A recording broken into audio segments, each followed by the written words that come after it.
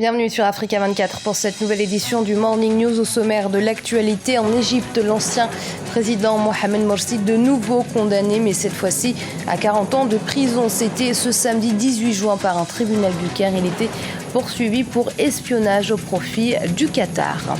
Un passeport unique pour circuler sur le continent. Le document sera bientôt opérationnel et permettra à l'Afrique d'accélérer son intégration économique. Et le Gabon, champion africain de full contact et de kickboxing, le pays hôte de la compétition, s'est illustré brillamment dans ces deux disciplines. L'ancien président égyptien Mohamed Morsi, destitué en juillet 2013 par l'armée, a été condamné ce samedi à 40 ans de prison à l'issue de son procès pour espionnage au profit du Qatar. Rappelons qu'il s'agit du 4e procès contre l'ancien chef d'État. Il avait déjà été condamné à mort, à la prison à vie et à 20 ans de réclusion dans 3 procès distincts. Ibrahima Diomaba.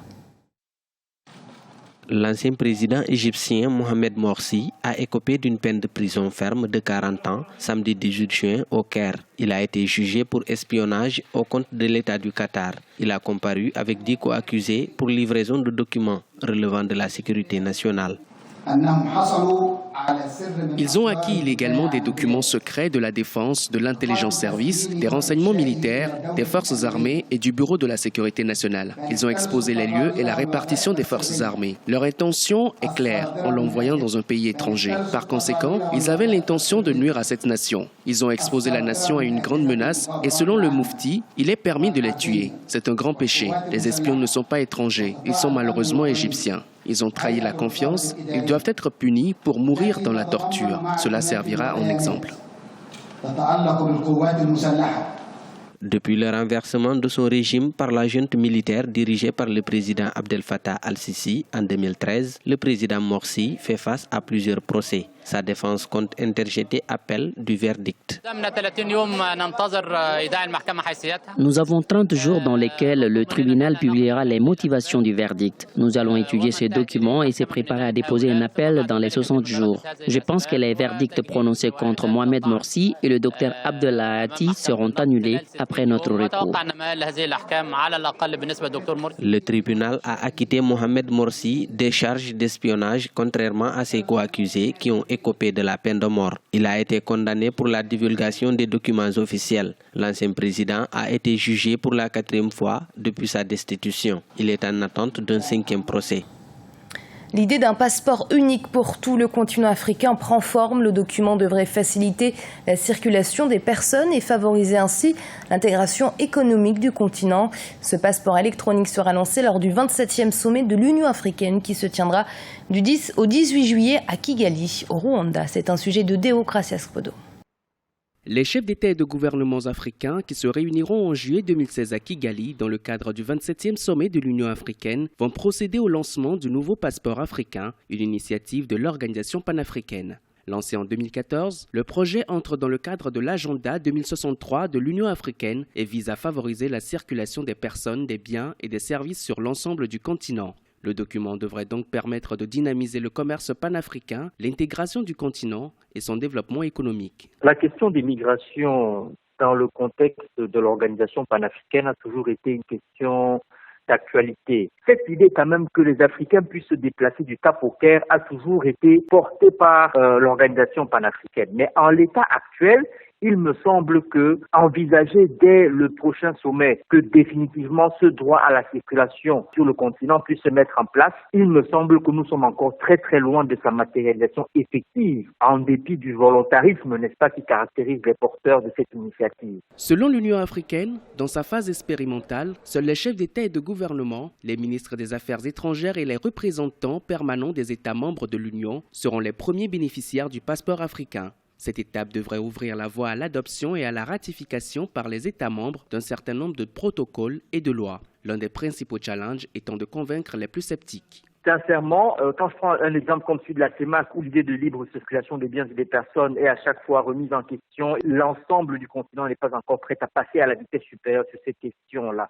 Il y a d'importants défis à relever. Il y a des défis au niveau des sous-régions.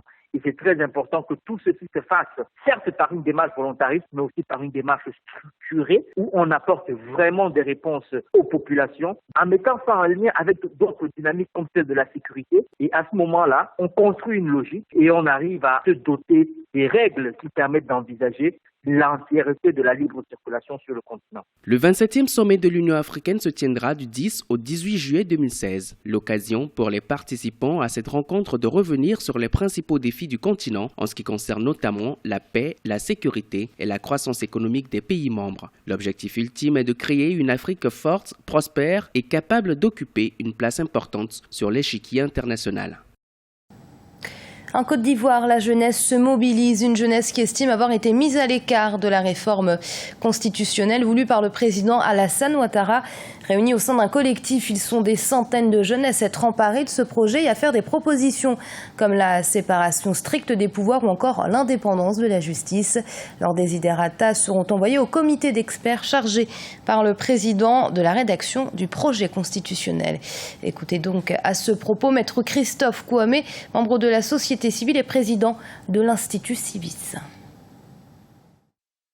Pour le cadre de la nouvelle constitution, pour nous, il se pose 2 ou 3 enjeux obligatoires pour lesquels le président de la République doit tenir compte. Il y a les contingences contextuelles, c'est-à-dire que la Côte d'Ivoire aujourd'hui est dans le cadre de ce que l'ONU appelle la consolidation de la paix. Et dans ce cadre-là, les grands problèmes qui minent la Côte d'Ivoire, qui ont fait que nous sortons de 10 ans de crise, l'ONU nous a aidés.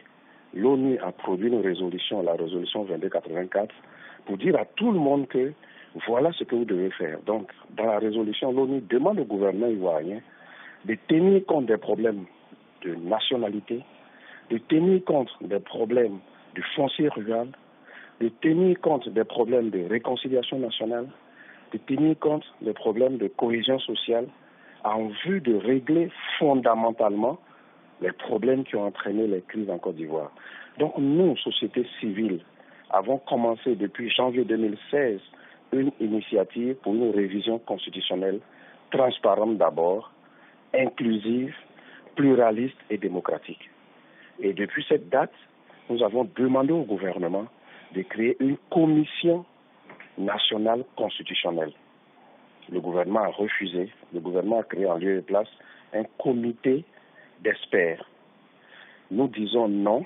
Nous disons que le comité d'experts ne peut pas remplacer ce qu'on appelle la constituante, c'est-à-dire le peuple et sa programmation, parce que vous savez très bien comme nous qu'une constitution est le reflet, je dirais, symbolique d'un peuple, c'est-à-dire son identité passée, présent et future.